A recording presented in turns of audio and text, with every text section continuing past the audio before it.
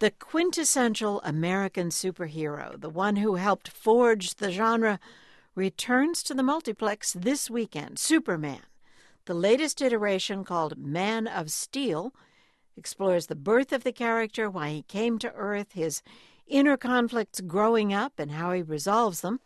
The film's director, Zack Snyder, joins us from NPR West to discuss the film. Good morning. Good morning. Thanks for having me. Now, I must say that the backstory of Superman was my favorite part of the movie, especially in the scenes with Kevin Costner, who plays his earthly father, Jonathan Kent. You're the answer, Clark. Can't I just keep pretending I'm your son? You are my son. But somewhere out there you have another father. And he sent you here for a reason. Kevin did an amazing job, I thought. Even though he's an incredibly versatile actor, I think in this setting, in a Kansas cornfield, he seems to be very much at home. He's done that cornfield thing before. He really does. He's mastered the cornfield. He also, just giving that sage wisdom to the young Superman, you really feel that he's just trying to take care of his son and equip his son for a life that's ahead of him. You know, we've said that, Superman is like the ultimate adoption story. And it really is. I have adopted children, and so it was personal for me, that whole interaction between Jonathan and the young Clark. I really thought that the early Krypton scenes were some of the best. Goodbye, my son. Our hopes and dreams travel with you. He'll be an outcast. I'll kill him. How? He'll be a god to them. Extraordinary, beautiful, spectacular special effects in that part of the movie. Those great balls of light that were rolling around in the sky, the skyline and the ships that were going around this planet that was about to collapse. That was amazing, and I think richer than any version of Superman we've seen. Well, I just felt like, for me, I have a reverence for that mythology, and I really wanted to treat the experience of seeing Superman born and that ancient technology, which I find fun to think about. And I thought within that world, it was fun to see Jor-El putting his son into the basket and sending the him beautiful down the little river. baby ship that they sent him off in. The other thing that was interesting was the character of General Zod. My name is General Zod. I have journeyed across an ocean of stars to reach you. Your world has sheltered one of my citizens. Surrender within 24 hours, or watch this world suffer the consequences. The actor who played him was just ferocious. I mean, Superman was in some danger of having scenes stolen right out from under him by that guy. Well, Michael Shannon, who plays Zod, is an amazing actor, and I really wanted him from the beginning. Well, he was very good. I loved the place where he shucked his cast iron suit and just really engaged with Superman. That was another one of those long fight scenes, though. This movie is about 2.5 hours long. I mean, did you have any concerns about that?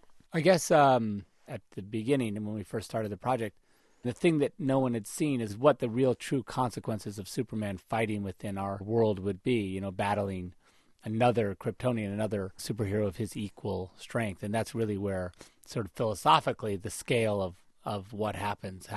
We weren't really too concerned personally with the length. I think my first cut of the movie was like 3 hours and 20 minutes long, so it's an hour shorter than that. So you feel like you really whacked it, huh? Yeah. It's hard because, of course, when I talk to the true dorks, they're like, why is it so short? Oh, God. So you'll have to put out the director's cut. I literally don't have one.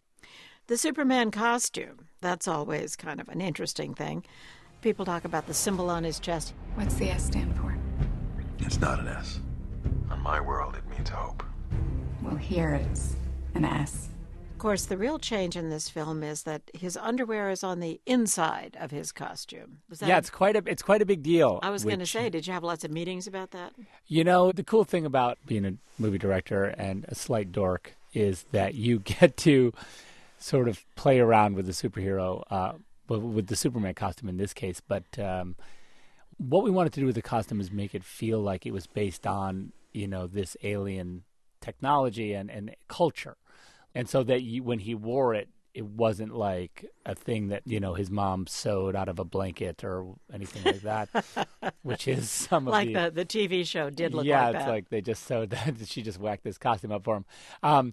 I just felt like to make it make sense, we wanted to really base it on Kryptonian culture. And it's a cape culture. It's cool. We should all wear capes. I think it's a fashion thing that's going to catch on. But look, the underwear comes from, it's a leftover from Victorian strongmen is what they originally based the design of the Superman costume on in 1938.